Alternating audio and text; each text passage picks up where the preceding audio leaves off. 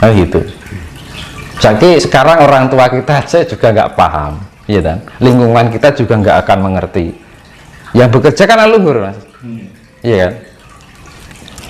Nah itu kan tanda bahwa leluhur kita itu sudah bekerja, tanda bahwa leluhur.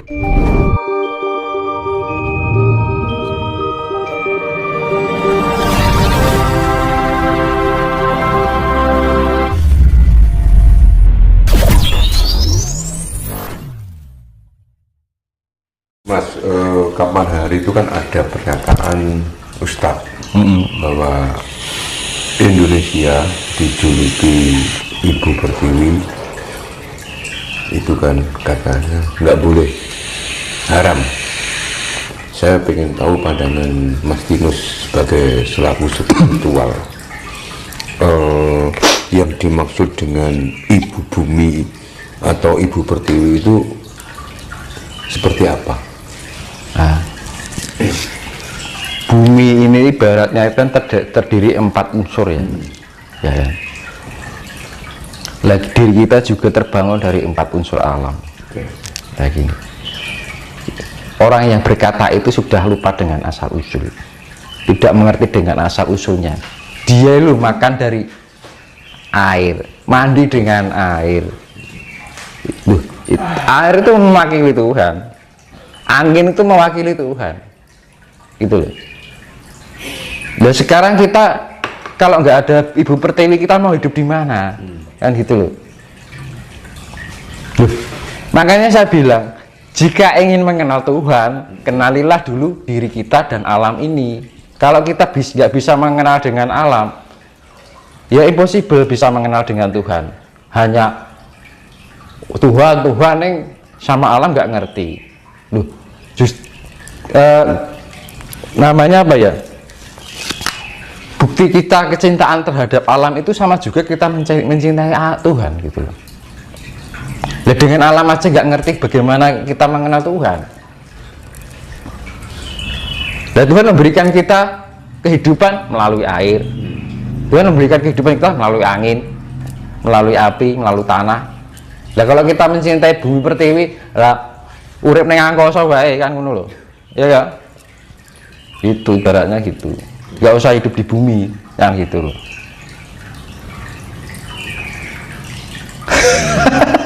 Lah ya misalkan ada orang yang bilang gitu, suruh hidup di angkasa, di bulan atau di mana gitu. Apa ning planet Jupiter kan. Lah kadang ini loh, pembodohan ini orang kadang kecerdasan intelektualnya itu ya itu namanya zaman sekarang itu gini, belum istilahnya belum mumpuni dengan tentang arti kehidupan yang sebenarnya, tapi merasa pintar, gitu kan. Di dalam Jawa yang seperti saya bilang, merendahlah sampai tak ada seorang pun yang bisa merendahkanmu, mengalahlah sampai tak ada orang yang bisa mengalahkanmu, kan ngono. Nek jik ngelek-ngelek uang, jik ngafir-ngafir ke uang, terus piye? Cerminannya itu dari mana? Sifat-sifat Tuhan nggak ada include di dalam dirinya. Jika mengenal Tuhan, sifat Tuhan harus include di dalam diri kita. Ya, apa sifat Tuhan? Kasih. Ya wis Mas. Makanya saya bilang tadi, satu kitab nih kasih. Kita ngomong itu kira-kira merugikan orang lain agak. Nah itu bagian dari kasih, ya kan? Kita berperilaku kita nanti kita pikirkan perilaku kita merugikan orang lain enggak? Itu kita berpikir itu sudah bagian dari kasih. Makanya kan wujud Tuhan itu bisa diwujudkan dengan senyuman kita, itu wujud dari Tuhan, ya kan? Dengan perilaku kita yang penuh menyejukkan, menenteramkan, itu wujud dari Tuhan. Lah kalau kita berguru kemana misalkan sampai ke ujung langit, kalau kita nggak menemukan sifat-sifat Tuhan itu ya percuma Mas, kan gitu. Lo kita di rumah aja lah, nggak usah kemana-mana, nggak usah pergi hutan, tengah hutan gitu gampang aja. Lo kalau kita nggak bisa mengenal arti kasih itu sendiri, sifat kasih itu tidak input di dalam diri, perilaku kita, pikiran kita, ucapan kita, rasa kita, ya percuma itu loh. Sebenarnya hidup ajaran itu sederhana, yang penting sampai itu sing digoleki aku gitu Mas, Oh, Mas. Tujuannya spirit itu lah mencari itu kan. Sing digoleki wong-wong kuwi. Sebenarnya itu tidak dicari, ya kita jalani. Makanya kan perjalanan adalah pelajaran, pelajaran butuh proses namanya waktu. Nah, waktu itu ada pasti dilingkupi rasa senang, rasa sedih, rasa bahagia, wis selalu berputar terus, dan kita berulang-ulang itu, semakin kita berulang memahami itu semakin mengerti, semakin hafal gitu kan. Oh begini, oh begini, oh begini. Jangan sampai kita hanya dilewati aja. Jadi urip aja mung tur doxing turu mbadok ngising kan ngono lho. Ya lho. Wayah ngising, wayah mangan. Lah ngono lho. Ora beda karo ngene-ngonane kan ngono lho. Ibaratnya seperti itu. Kang. Kita tuh manusia.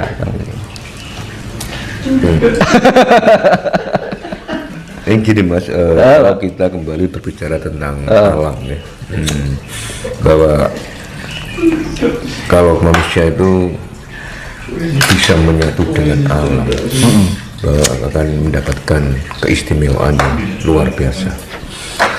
Bagaimana cara mendapatkan energi positif dari alam?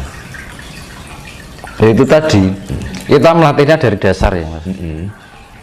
Dasar dulu kita ada pendekatan dengan alam, penataan diri dulu, perenungan. Ya tadi kuncinya tadi heneng henung hening, ya kan. Sering-sering kita berkomunikasi diri kita dengan diri kita sendiri di saat keheningan, kesendirian di malam hari. Kan enak kan kalau ngobrol di malam hari itu, ngobrol dengan diri kita maksudnya. Nah, itu nanti kalau kita ditelateni rajin dengan itu, nanti dengan sendirinya ada peningkatan tingkat kesadaran. Nah, tingkat kesadaran itu bisa membangkitkan energi dalam diri kita, termasuk mandi juga. Mandi itu kalau kita mandi, kita sadari setiap kita menyadari keberadaan alam, itu bisa meningkatkan energi di dalam diri kita. Mandi itu loh Mas, sepele kan. Mandi kita tiap hari mandi pagi sore. Apa pernah kita menyadari kehadiran air itu di dalam tubuh kita, ya menghibur itu kita. Kadang-kadang kan sepele kan, orang nggak menghiraukan itu kan. Nah, makanya mulai sekarang yang mungkin bagi yang nonton ya, kalau mandi disadari, oh ini air ini, nah ini akan bisa membangkitkan energi. Makan, ketika makan ini kita sadari, kita makan, kita menghirup, kita sadari, ya kan. Kita mendapatkan cahaya, kita sadari. Ketika kita sering-sering menyadari keberadaan alam yang hadir di dalam diri hidup kita, ya nanti energi itu akan terbangun dengan sendirinya.